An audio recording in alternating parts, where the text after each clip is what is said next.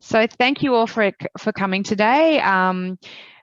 We're really pleased to be having this forum today. Homelessness New South Wales is by no means the expert in this space, but we have been working alongside many other organisations who have a high level of expertise and skill in the space of temporary visas and homelessness. And we're really, really honoured to have those experts speaking with us today.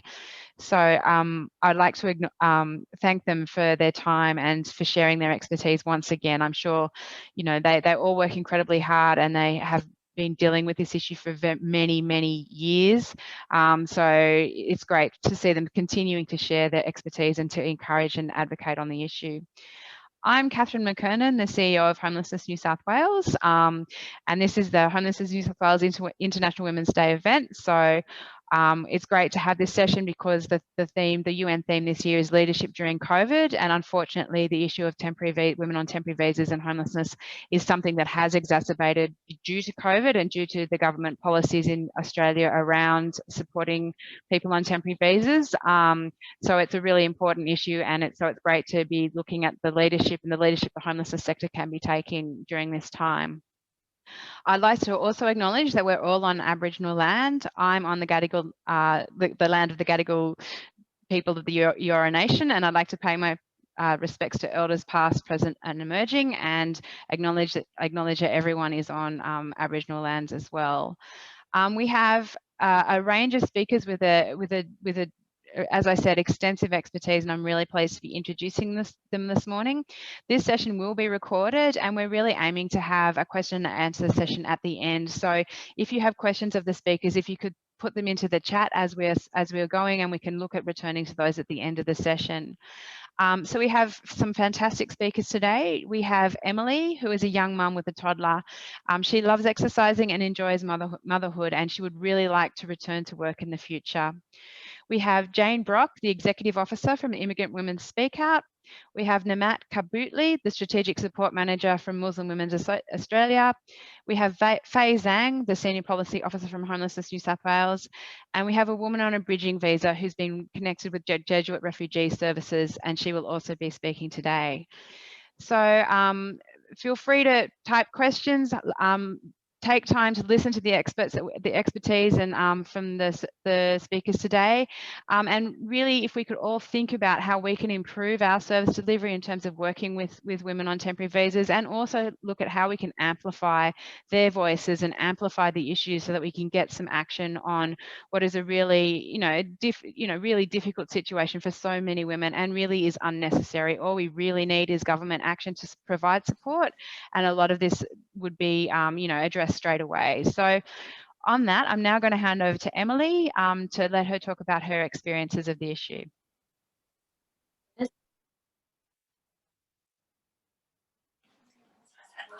Yeah. Emily, you're unmuted. You can talk now. Okay. I'm ready. Okay.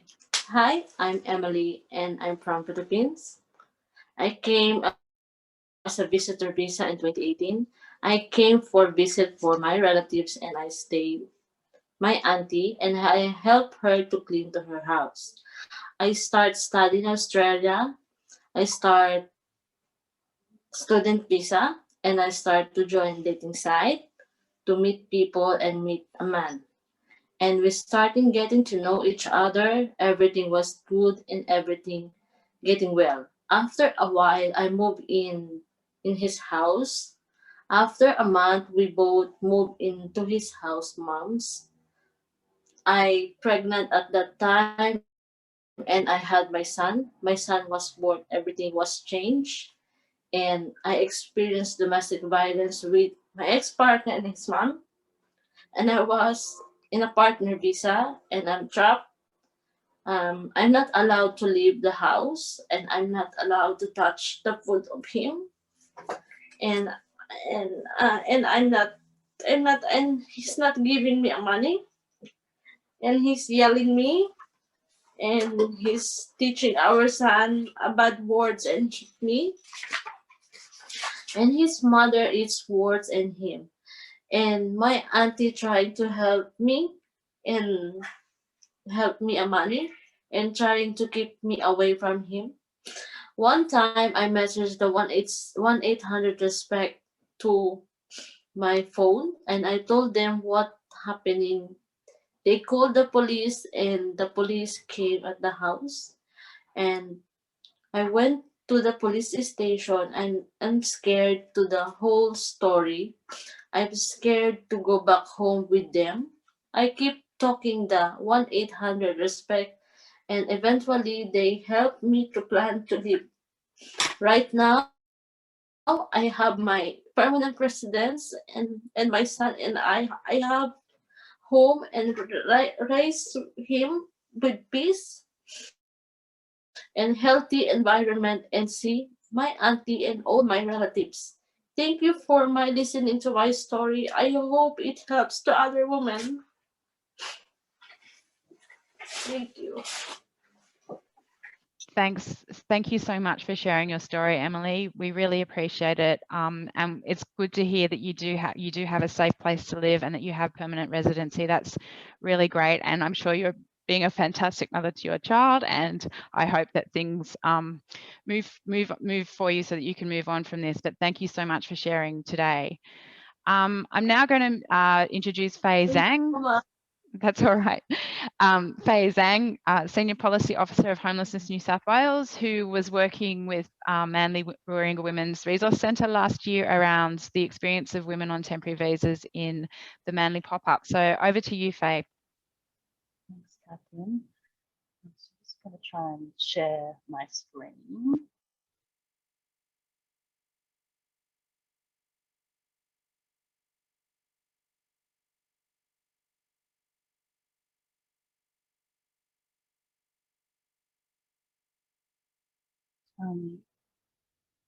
So I just wanted to start by acknowledging Emily and another lived expert on the panel here today.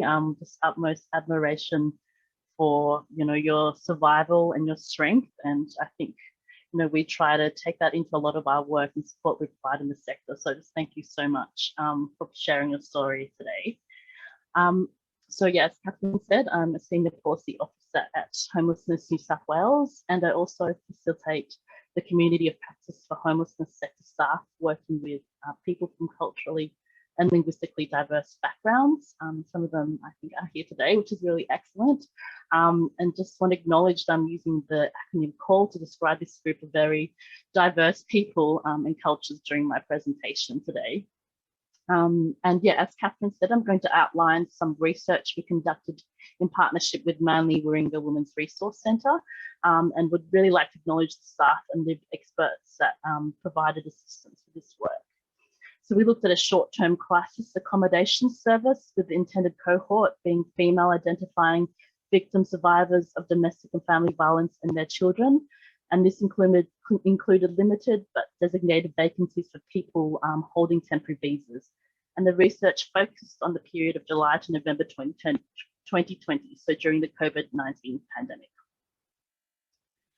So there were two major findings from this work, which many of you would know about. So firstly, there are multiple barriers to temporary visa holders accessing support. So examples would include prevention of access to Centrelink entitlements, childcare subsidies, temporary or social housing, and migration rights to ongoing residency. And this means that they are a highly vulnerable cohort with complex challenges for services to actually support them. And secondly, these barriers create, prolong, and escalate trauma from short-term impacts to long-term and complex trauma, which points to the importance of immediate action to prevent the long-term impact for the long homelessness on temporary visa holders. So to expand on these points, when we look at, in particular, people holding temporary visas with children, they're often caught in a cycle of homelessness due to the fundamental barriers to accessing support and accommodation, particularly for single parents, primarily women with children. And temporary visa holders with children are unable to access childcare subsidies, creating almost insurmountable financial barriers to being able to work and therefore afford housing in the private rental market. And their visa status also precludes them from accessing the social welfare nets available to the rest of us in Australia, so they're unable to access Centrelink benefits or most transitional social housing, transitional housing and social housing. And this creates a cycle of homelessness as a parent with children has all their options removed. This cycle of homelessness, as with much homelessness affecting women, is often hidden. If they are lucky enough to access transitional accommodation and not be couch surfing or rough sleeping, they're still caught in a long-term cycle of homelessness with no ability to access those longer-term solutions due to the need to care for their children. And staff also described the developmental barriers for children in the cycle of homelessness as the lack of ability to attend childcare and enter normal socialisation, or just the continual changing of schools impacts on children in their key developmental phases. And the communal living situations in crisis or temporary accommodation can also be damaging as the lack of protection from traumas and boundaries impacts on children. In addition to these challenges for temporary visa holders, there are also challenges that overlap with the high needs of called people accessing support services. So examples would include, barriers due to lack of engagement with services when escaping domestic violence because of cultural shame, the lack of desire to return to their home country due to arranged marriages and the shame of a relationship breakdown. So they will endure any situation, including homelessness, rather than experience the shame in their home country. The social isolation of being separated from small communities in Australia. And lived experts and staff particularly emphasise also the complexity of our migration system. So if we put ourselves in a situation of women or men who may not able to speak fluent English or any English at all, trying to seek advice on immensely complicated legal and migration system issues, with perhaps other issues of domestic violence or challenges navigating the rental system in the background. And currently there are now an additional range of pressures placed on services and temporary visa holders seeking support during the COVID-19 pandemic. So job losses due to the COVID-19 induced economic recession increased the number of people on temporary visas attempting to access homelessness and domestic violence services. One staff member explains the financial impact of COVID-19. That's why we have so many residents on temporary visas, because people have lost their jobs, they have no income, they can't afford their rental, they have to hand in their lease to the apartment. So COVID-19 has been a massive factor in terms of that. Also the child witnessing physical violence that has been a trigger to leave, or the partner's escalating behaviour in the home. And the unmet need for people on temporary visas, particularly during COVID-19, was evident in our research, where a staff member explained, once our beds for temporary visa holders are full, I would still daily get referrals for women on temporary visas that we're not able to cater for. And I think that is another gap in our services. So I think we need to learn from the amazing expertise of COLD-specific services like those on our panel today, and people with lived expertise implement necessary supports, ensure engagement, safety and prevention of trauma, and specialist homelessness services, which we represent at Homelessness New South Wales, provide an ongoing important expertise in providing high-level support for temporary visa holders. But there are increasing barriers to meeting the needs of temporary visa holders that should be immediately addressed by government at state and, most importantly, at a federal level. There's an important role the state government should play to pressure the federal government for reform and provide ongoing emergency funding for housing and support until there are fundamental reforms under federal law, including allowing temporary visa holders to access temporary accommodation and social housing. But fundamentally, I think law reform at a national level is necessary immediately to prevent temporary visa holders from a recurring cycle of homelessness. As I argued earlier, in the cycle of homelessness for temporary visa holders with children, the fundamental need is to access that support provided federally. The federal government needs to work with our sector's expertise, act immediately to prevent the creation of trauma and break that detrimental cycle of homelessness for temporary visa holders and their families. Thank you. Thanks so much, Fei, for a really concise overview of the issues and also the experiences of women within the system. It really is something that can be easily solved, but it just needs commitment from particularly the federal government to really make a difference. I'm really pleased now to introduce Nemat Nemat Kharboutli, who from the Muslim Women's Association. Her organisation has worked extensively in this space for a really, really long time, and we are incredibly lucky and honoured to have her speak today, particularly as she's mentioned that it's such a busy time for International Women's Day and Harmony Week next week. So we really appreciate you taking the time to speak with us today. Thank you, Nemat. Thank you so much, Catherine. It's a real honour and privilege to be speaking with you all today on really such an important issue, especially given the climate that we're in and that we find ourselves in now, you know, post or almost post the COVID-19 pandemic in Australia and in New South Wales, and in a time where, you know, JobKeeper payments and job seeker payments are now stopping. And so there's a real culmination of issues that there are to address. I guess I'd like to, I'm conscious of time, so this is by no means going to be very detailed, but I am going to try and hit on some of the complexities that exist in this space. I guess it's important to acknowledge that when we use the term CALD and then we talk about women on temporary visa holders, it's a certain subgroup of people and experiences that exist within quite a broad community group. And so while the cultural, linguistic and religiously diverse issues are there, the fundamental issues are in relation to immigration status and how these intersect with a whole range of structural barriers that exist. So for the purpose of today's discussion, I'd really like to just clarify that when I'm talking about women on temporary visa holders, the definition is very much towards women who are on partner visas, on bridging visas, on temporary working or prospective marriage visas. It's because it's important to identify that there are other groups of women who don't necessarily fall into this space, such as international students or asylum seekers as well, who sometimes get really left out of the discussion when it comes into the space of specialist homelessness service provision. And the reason for that is because there's so many complexities and challenges that exist in providing access and support to that group of women, which is women on temporary visa holders in the partner, spousal and bridging visa category, that really stretches the SHS sector.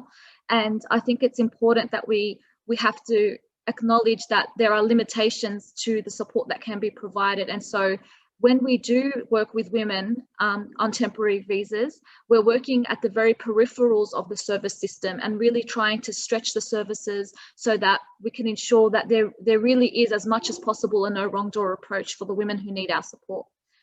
We find that income is one of the biggest issues for supporting women on temporary visas accessing social housing, and so that they don't exit back into homelessness. And this is because there's real, when we worked with Multicultural New South Wales and the Office for Customer Service at MWA and a range of other organisations who were part of the mapping exercise which took place on really looking at what is that sort of, what are the pain points and what are the process for women on temporary visa holders in this space. You know, there's a huge limitation in the financial and housing support available to these women. So these structural barriers that exist, some of them Feiyi mentioned, things like accessing crisis accommodation, access to medium and long-term housing, access or limited access to healthcare, whether it's Medicare or you know, the public hospital system, very limited access to income, either not receiving any Centrelink payments or you know, very heavily dependent on sponsored visas. There's also the risk and fear and threat of deportation that they often experience in the separation of the fear of being separated from their child, as well as limited access to legal representation and challenges accessing free interpreting services. And then, you know, there's real challenges within the service sector itself about being able to respond in a really trauma-informed and culturally safe way. And then, you know, trying to bring these women so they're not socially isolated and they can establish some social networks. I guess for the, from our perspective, the issue of homelessness for women on temporary visas very much intersects with some of the issues for domestic and family violence in that space. And we know that when there is those issues of domestic and family violence, we know that there's really limited and complex housing pathways for victim survivors.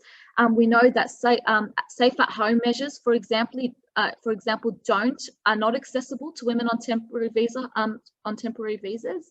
And these structural barriers, which we can very easily be reformed with goodwill and with hard work and in government motivation, they really complicate the service delivery aspect. Now, that's not to say that we don't support women on we do. We do. MWA particularly prides itself on really stretching and working towards really engaging with beyond, and I guess what I'm trying to say is this, the framework doesn't facilitate that support, but the service providers, through developing their own existing partnerships, can really make sure that we're getting good outcomes for women on these issues, and really advocating at a policy level to break down some of those structural barriers. We know with COVID-19, this exacerbated all of these already existing issues. You know, our service, for example, received a 50% increase in the support that we delivered in the last year, and that's not even addressing the unmet demand that's come through our doors. And we know that that's been exemplified across all of New South Wales, talking to stakeholders in across the sector. We also know that the increase in the need and the complexity that was presenting due to, you know, the myriad of issues, whether it's, you know, jobs and homelessness, that's really come into play to really make these women even more vulnerable. Like I said, this usually intersects from just a domestic violence and women with children lens on that small subplot, that there's a whole range of a group of people, whether it's international students or other people in the on the temporary visa holders that don't have any access to any type of support, and that's a real homelessness issue. I guess I know I'm very conscious of time. How much time do I have left, Catherine? You've got a couple of minutes. It's all good. Okay, awesome. So yeah, so in terms of the support that was provided to SHS services, we did receive some funding to provide temporary visa support at MWA, but that funding was quite limited, and it's due to finish as well in June. So irrespective of funding though, we're continuously working towards making sure, how can we house women safely? How can we make sure that we don't exit them back into homelessness? How can we work with a whole range of local service partners that we've developed for a very long period of time to make sure that not only women but their children are accessing adequate support and are not because we understand the importance of response-based practice and how important that is for women in this category. We're really advocating for the importance of culturally safe practices and what that looks like, and having some nuance to the discussion around CALD communities, around settlement, around homelessness. There is a real need for consideration of the complexities and the nuances that exists within those for women, so that you can adequately address and support the issues as they present according to their needs. I'd also like to say that while you know, during COVID-19, the issue of rough sleeping was you know, there was so much energy and effort put to address that, and I would really like to see a more gendered lens for the issue of homelessness, because I think we've made some real progress in this space in the last year, and it shows that a lot can be done, and what we need is that real issue for, you know, I'd like to advocate that the Premier's priorities look at some of these issues through a gendered lens, because we know that women don't just experience, that's not the way most women experience homelessness. It's not mostly rough sleeping or couch surfing, especially within couch communities, and even more specifically when we dissect and drill down further for women on temporary visas. So I guess I'd just like to wrap up by saying there is so much work that is being done in this space, but there is still so much work to do. I think the focus is really on ensuring that we work towards ensuring that there is integrated case management support for women and children on temporary visa holders that facilitates their health, their well-being and their safety. That homelessness is its own issue, but it does very strongly intersect with domestic and family violence. But we need to be offering more multi-pronged approaches to make sure that we're really engaging with women in a way that's going to keep them housed and supported and not on the street. Thanks so much, Nemat. That was a huge amount of information and also, I think, direction around what we can all do better, packed into a really short space of time. So thank you so much. I have lots of questions that I'm going to be putting into the chat and enabling us all perhaps to have a conversation about some of it later on. But I would really like to acknowledge a number of the things that you've said, particularly the importance of all services to have culturally safe practices, the importance of all of us in terms of working together and working in partnership, given the limitations that we all face in supporting these clients. And the gendered lens is just so important in terms of looking at addressing homelessness. And so, yes, we all need to be working on those things and advocating for change in this space. So thank you so much for that presentation. And I look forward to you contributing in the Q&A session after this. Our next speaker is Jane Brock, the Executive Officer of Immigrant Women Speakout. She, again, has been working for, I won't say a long time, but she has been, she's a huge expert in the space, and Immigrant Women Speak Out has been leading on these issues for as long as I can remember, and much earlier than I've been around too. So we're again really honoured to have you, Jane, and really appreciate that you again have taken time out of what is an incredibly busy time in terms of not only as I've mentioned earlier is International Women's Day and Harmony Week next week, but also the huge number of clients you also support in your service as Muslim Women's Association also does. So I just really want to acknowledge that as well. So over to you, Jane. Thank you. So I have just a guide for me, PowerPoint presentation. So I can do a share my screen, isn't it? Okay. So there you go. Can you see it? Can you see my screen? Yes, we can. Yep. Yeah, thank you. So we are, we are the Immigrant Women Speak Out Association. We have been established in 1982, and the focus of the work of Immigrant Women Speak Out is to ensure that we are able to access equitably available services for migrant and refugee women. And today I'd like to focus on the right to be safe and have accommodation for those, especially in, at risk of homelessness, those in domestic and family violence, trying to escape violent relationship and all. And just to introduce to you the services that we have, especially for those who don't know us yet and who are not aware of what we do. So we have the Homeless Multicultural Women Integrated Support Service, where our, I'm having an echo, so I'll just, Jane, if you want to, you could set the slideshow up if you want to. Sorry to interrupt. Oh, sorry, yep. I have to put it. Yeah. Yes, like that. That's right. All right. So we have the, the HomeWis, where our domestic and family violence service sits. And we have and that's funded under the Specialist Homelessness Services of DCJ, Department of Communities and Justice. And we have the Immigrant Women's Resource Center, which is also a DCJ funded service, which is under the bucket of money called targeted intervention, early intervention.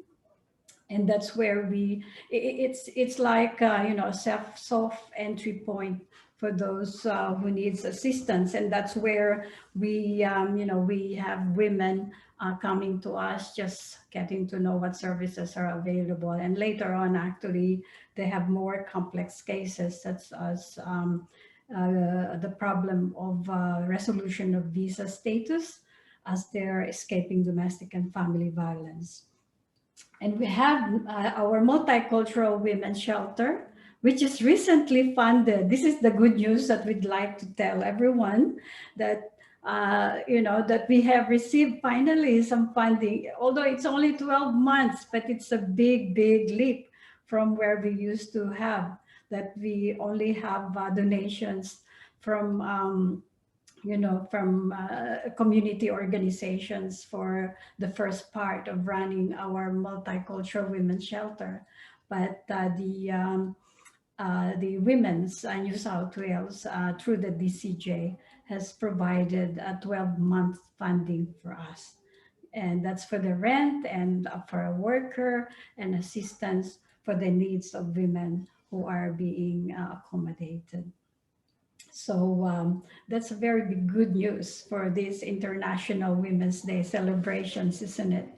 And as a women's association, we run awareness and education activities on rights of women, especially for the rights of migrant and refugee women. And we work on getting changes in policies and law reforms together with other services and organizations all over Australia, especially in New South Wales. And we do our best to assist and to be part of alliances that are working for women's cause. So we have been talking about temporary visas, and this is how it looks like when it comes to the numbers. So when you see 309 and 820, 300, these are the things that already have been discussed by Nemat a while ago. And sometimes this is really very daunting for a lot of support workers when you see someone presenting a paper that has this 309, 820, and 300. And it's just that they're all temporary visas, and they're all related to relationships, the relationships that they have with someone who is permanent resident or a citizen. And of course, this is where complexities arise when there is domestic and family violence that happened. And unfortunately, many of those in these visas are not able to access some services, especially public housing. And as said already by other speakers, Nemat and of course Feiyi, and as shown by the story of Emily, these are the key or aspects of the precariousness of the situation of migrant women in temporary visas. So what I'd like really to to focus on, and later I hope that we can have some conversation on this, is the children of migrant women who are in a very, very critical situation, especially at the earlier stages of their development, being homeless and deprived of what they could have access as services. So there is a national advocacy group on women in temporary visas, and there are around 30 organizations and services that work together. This national advocacy group looks into the different situations being faced by migrant and refugee women in temporary visas. And this is being convened by the Harmony Alliance. That is the National Alliance of Migrant and Refugee Women's Organizations in Australia. And we are part of that, as well as, the Muslim Women's Association. And I guess some of you who are here are part of this as well. It's very important that we have a national alliance on the national level that really addresses and campaigns for the issues of those who are in a very, critical situations of their residency and of the needs that have to be attended to by the government. And working together with 30, different organizations is very important. And of course, as they say, numbers, is power. So we were calling out for, more organizations to be part of this Harmony Alliance and the National Advocacy Group, of course, that works on the issue of the temporary visa holders. I'd like to point out as well that there is research. There is a research by Monash University in partnership with InTouch. InTouch Multicultural Family Center is a Melbourne-based service agency, and they have done a research on the family violence of temporary visa holders during COVID. And this is actually a very good resource that was published on the 24th of September last year. So it has a lot of recommendations, but what Immigrant Women Speak Out has been always calling out for is the review of the family violence provisions of the migrations regulation. And this is actually a pathway in which a resolution on the question of residency and family violence could be addressed. So there is a call to expand the family violence provisions to include other visas, but of course this is a big undertaking, because we need to have an expansive and extensive consultations with various peoples and also communities that are impacted by the family violence and the issue of residency. Do I have some more time? I'll do my best to wrap up soon. So, as I said, this is one of the issues that Immigrant Women Speak Out is very passionate about. Why? Just the past 6 months, we have 44 children who can technically be called homeless. And why is that? They're homeless despite of the fact that I would say this is only an estimate from memory, that 60% of those 44 children are actually they are citizens, but they're homeless. That's heartbreaking.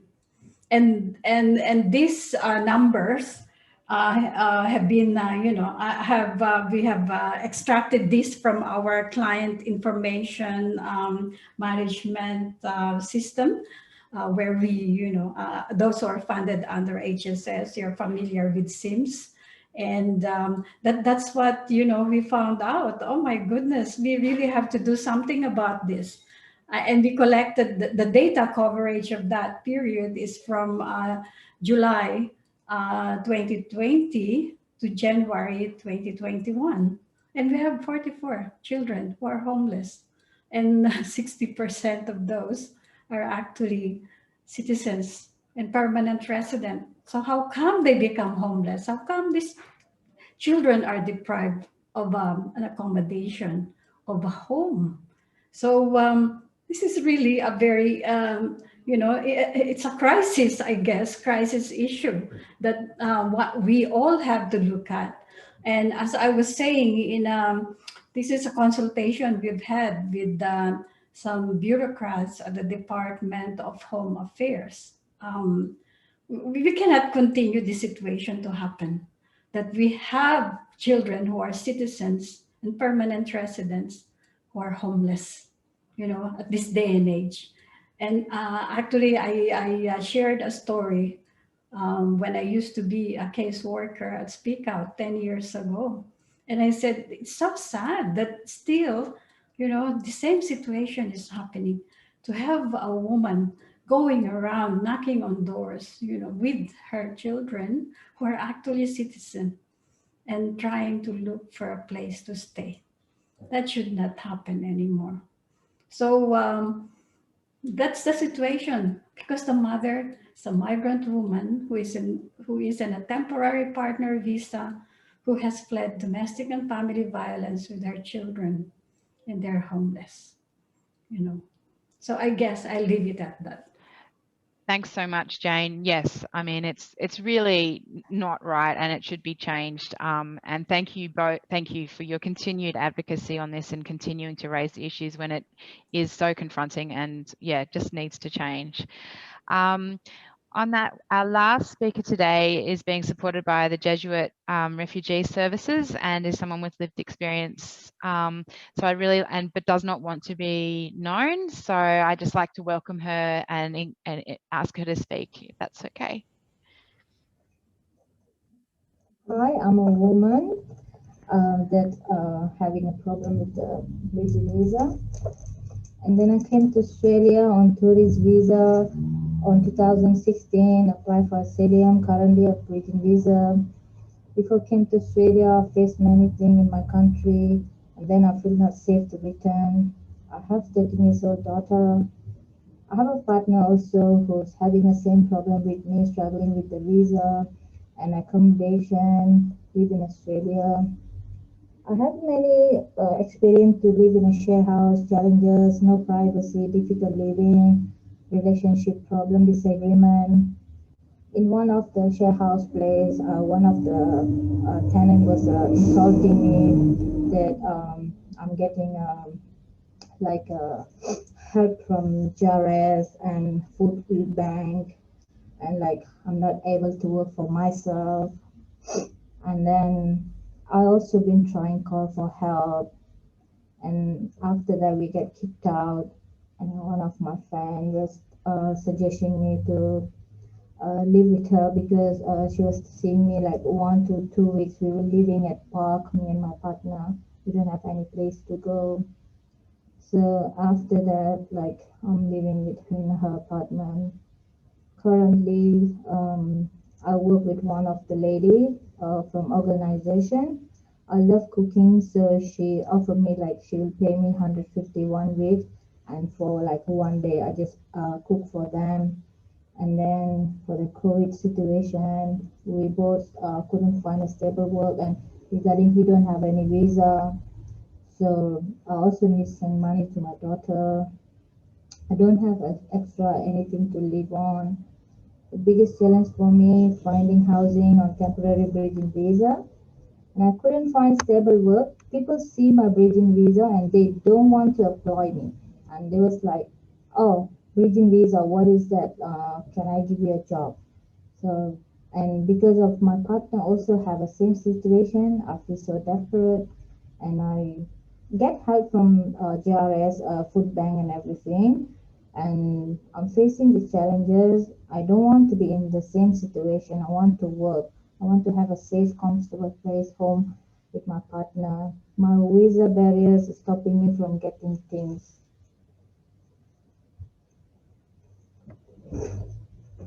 Good. Thank you so much for listening. Thank you so much for sharing your story, and you know, I'd just like to pay my respects to you in terms of the you know, the resilience and you know, the way in which you've managed to navigate through what is really difficult circumstances. So congratulations on that, and you know, and may you continue to live well and so on. And I think the points too around employment and access to employment and exploitation by employers is something that came out very much from your story as well, which is another issue that is part of this whole situation. We now have time for Q&A, so please feel free to put some questions in the chat, or if you would like to speak, where you know, we can let you, you know, put your video on and unmute yourself if you want to ask a question. I think also we should acknowledge that there's been some really useful resources that have been put into the chat as well. So the cultural safety guidelines that came out last year from ANROS have been added there. And so if you are a mainstream organisation who would like to learn more about cultural safety, I would really encourage you to look at those guidelines and look at what you can do to improve your service delivery to CALD communities. And also Nemat has also put in the report that Muslim Women's Association put together last year around issues for CALD communities in New South Wales and working with purpose. So feel free to have a look at that as well. are there any, I can ask some, I've got lots of questions or comments, so, but I talk all the time. So are there any questions from the group that people would like to have put to them? I've got one for all speakers, and that is just, I think, Nemat, you outlined just the importance of acknowledging the limitations of the support and the fact that the sector is not funded to do this, yet is really the place of last resort for everyone. And you also spoke really strongly about the importance, therefore, of partnering and working collaboratively in this space. So I guess my question is, how can we as a sector actually enable that to happen, and how can we support organisations such as yours and Immigrant Women Speak Out to really make sure that we are not wearing you all out and actually supporting each other? Okay, I'll take that first. Thanks so much for that question. I think I just really want to acknowledge both the women who spoke today in sharing their experiences. I know it takes a lot of courage and resilience, and there are a lot of challenges, but I also am optimistic that there is a lot of hope and that there is a lot of good work amidst these challenges that's being done. And I think collaboratively we can advocate to make sure that it is not such a challenging process for many women into the future. So I just really want to acknowledge that. I think the point that you, and I think the reason I mentioned before why income is such a huge issue is because we found in our service delivery, irrespective of the policy positions that are clearly, that clearly can be advocated for and that need political goodwill, we found that there is scope, although difficult on services, to work collaboratively to extend partnerships. And we found that income is the biggest one, because if we can, in the very, very short term, find a woman and link her in with a job, really just a basic job, something that could really cover basic crisis accommodation, then that's enough to then really do a lot of the wraparound integrated support work that can then deal with some of the bigger and more complex integrated case support work that's required. And so that's why, if there's one thing that we think that could be beneficial in collaborating with, is really building some of the sector partnerships, the agency partnerships with local housing providers. So we operate 2 crisis refuges and 40 transitional homes in partnership, and we work really, really closely with our local providers to see where the vacancies are, where the gaps are, where can we really stretch our support services and our client-centered outcomes. And then we also work really closely with local industry partners, so things like real estate, lots of local businesses, to see what are the internships, what can we, the local restaurants, where can we get them just basic jobs within the nuances of their visas. So some have limited work rights and some don't. And that's why it's really important that we do acknowledge the differences that exist for the women, and that they don't have the same experiences because they have different visas and different skills and different wants and needs and different family structures. And this is why we are such strong advocates for intersectionality and for strong advocates for working with the women for what they want for themselves.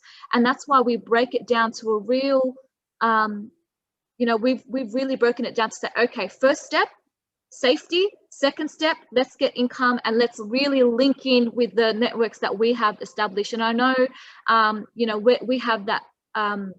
we have that privilege to do that, where we're based in Southwest Sydney, but I understand across New South Wales in regional areas, there isn't that accessibility to support services. So I think mechanisms like this, and I want to thank Homelessness New South Wales for providing a platform where we can have some of these conversations and make some connections so that we can really build this from the ground up. We don't need to wait for a top-down approach. That means there is limitations, that means there's challenges, but that shouldn't stop us for being real advocates for people who really require our support. Thank you. That was a fantastic answer, and really practical in terms of things that people can do right now, but also in terms of how we can all continue to work together. So thank you very much. Jane, I'm going to direct the next question to you, and that is from Britta from DV West, and she was just talking about how she's actually seen a decrease in cold women accessing the services during COVID, and what could the service be doing in terms of understanding this and perhaps looking at reaching out to these women? we have experienced that at some point as well. But of course, you know, when the easing of restrictions happened, and of course the lockdown has started to, you know, to be relaxed, they came out.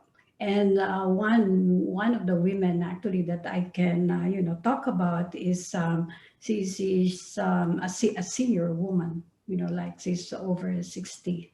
And she said that I really wanted to call, but then I know that at the same time, I'm vulnerable to COVID. So I have to choose between the two. And, and, and that type of story is actually repeated with other women who came out later on. So it takes a while before they're able to have that courage, because it's like having a choice between not to be infected, and they also have that sense that being in a shelter puts them more in a very vulnerable situation of being infected with COVID, because they know that, you know, there is no guarantee that there is a big space in a shelter. Unlike when, you know, they only have to deal with one person at home, or just their children and them, rather than having to be like with a group of women who goes in and out and they don't know where they go. So that's what they said to us. But of course, in due time, I'm sure once we have the COVID vaccine, and that there is already, well, there's data that it is decreasing. I mean to say, the fast infection is decreasing. I'm sure that they will have the courage to go out and report their, yeah, their situation. Thank you, Jane. Yeah. And also, I'd like to just address one aspect of that first question, what we can do as community, and also as a sector of homelessness sector. First of all, yeah, this 2-year waiting period for those who have just had their permanent residency, and so they're supposed to access public housing, but then they have to wait, isn't it, for 2 years. Those who are victims or survivors of domestic violence should not, you know, wait for 2 years. They should be able to access public housing right away. There should be an exemption, but that's what I'm trying to say. And perhaps that's one of the advocacy that we can do in the sector, that those who are victims and survivors of domestic violence, once they get permanent residency, they should not wait for 2 years to access public housing. Yes, yep, go for it. Sorry, I was just going to add it. to that question as well. I think there are some also structural barriers within the COVID-19 environment. Like there's limited access to information, there's changes to the way that services were operating. There's also, you know, everything went very much online. And so for women, they don't have either, for these women specifically who are exceptionally vulnerable, they don't necessarily have access to that much digital resourcing, but also there's limitations in digital literacy and accessing their legal services, support services, so as well as obviously language and communication barriers. And there is that real fear of safety. There's that real fear of what is, you know, engaging with services mean right now when things are really complicated, and I don't know what it's going to mean for me and my children. So I think, you know, there are some structural elements at play as well to that level of engagement, particularly in the last year that we've all experienced. Yes, it's good that you mentioned that, Nemat, the interpreting, because we've had that problem as well. But it's more of the, you know, the timing, because at that time everyone wants to access a job seeker and all of these payments that they can access, and many have to use the telephone. But and at that time, the TIS, the translating and interpreting service, is not able to really cope with all the demands for interpreting for those who are accessing the job keeper and job seeker. So that's also one of the things that they have in terms of knowing what to do, because there's no interpreting. Actually, we waited for 5 days before we can have an interpreter for a client who called us who needs an interpreting service. Yeah, so many barriers that were thrown up due to COVID, which need to be thought through. It's absolutely right. So thank you both for those answers. I can see that Anjal, the Jesuit Refugee Service, has a hand up. Go for the question. Last question. You need to unmute. Yeah. Thanks. My question is around a project that we're currently doing. So we're doing some research into experiences of homelessness and housing of people seeking asylum with a focus on women. And following the findings, we're preparing an advocacy plan. And I just wanted to get an idea from yourselves in Homelessness New South Wales. Are there any particular advocacy priorities that you are working towards, either at state government level or federal level? Or is there any other kind of advocacy priorities that anyone else is working on around housing of women?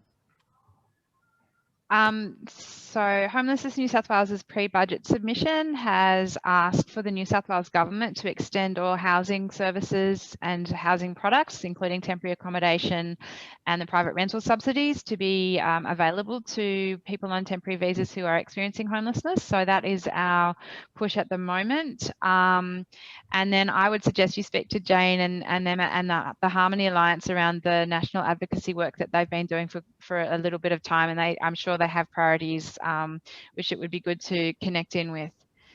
But feel free to add anything others. Yeah, I guess I'll just echo what Catherine's saying, that we've been working at MWA really, really closely with a lot of state peak bodies and a number of alliances to really amplify that voice and those advocacy issues, and at the same time make sure that we're doing, we can't do everything. No one organization can do everything. So we want to really make sure that we're working closely from a client's, from a service delivery perspective with local partners, and then from an advocacy perspective, really building into the existing structures with, with Homelessness New South Wales, DB New South Wales, the different alliances that exist, and also some of the national alliances to amplify some of those issues. So, and making sure that those issues have the cultural considerations and the nuances that exist and are informed by best practice. So that's one thing that we're also doing through the COUT community of practice with Homelessness New South Wales by trying to amplify some of those advocacy areas. Indeed, we have the New South Wales Women's Alliance as well, where we have the different issues being discussed, and of course gender equality is at the top of the priority advocacy, that because as you know, the root cause of the top root cause of domestic and family violence is rooted in gender equity. So the New South Wales Women's Alliance makes sure that we continue to advocate for that, and in different ways, whether in employment or in housing. And also we have the DV New South Wales, which is our peak body for the sector of domestic and family violence services. Right, we're almost at the end, and I understand that Linda's been trying to ask a question for some time, so I'll let you have the last question, and then I'll sum up really quickly. So if you can hold on for a few more minutes, everyone, we'll try and finish soon. Hi, I think this question is for Jane. I'm currently working with a lady that is on a visa 500, and she's got a little 5-year-old boy, and I've tried everything to try and get him into school, but he's not allowed to go to school because he is dependent of the mother escaping domestic violence, and she's on the 500 visa. What can I do to try and help this child get to school? Well, first of all, this is a very specific area of work that we need to, how do you call this, dissect. Because first of all, 500 visa, it doesn't really, it's not within the usual partner types of visas. So if you can give me your number now or your email, I will also give you my email, and we can talk about it, and we can look at the issue. Thank you very much. Yes, we will be looking at it together. How do I give you my email? Okay. Yeah, you can put it on this chat. Oh, you can. Yeah, put your email on the chat, and then Jane can connect with you. And also I can give you now our number, 0296 02996, yep. 358022. 8022. Yes. Thank you so much, Jane. Yes, we'll be hearing from you, Linda. You will. Thank All you. right. I think that brings us to the end of the time. I think there's lots of things. Hopefully you're going to go away with lots of things to follow up on and consider.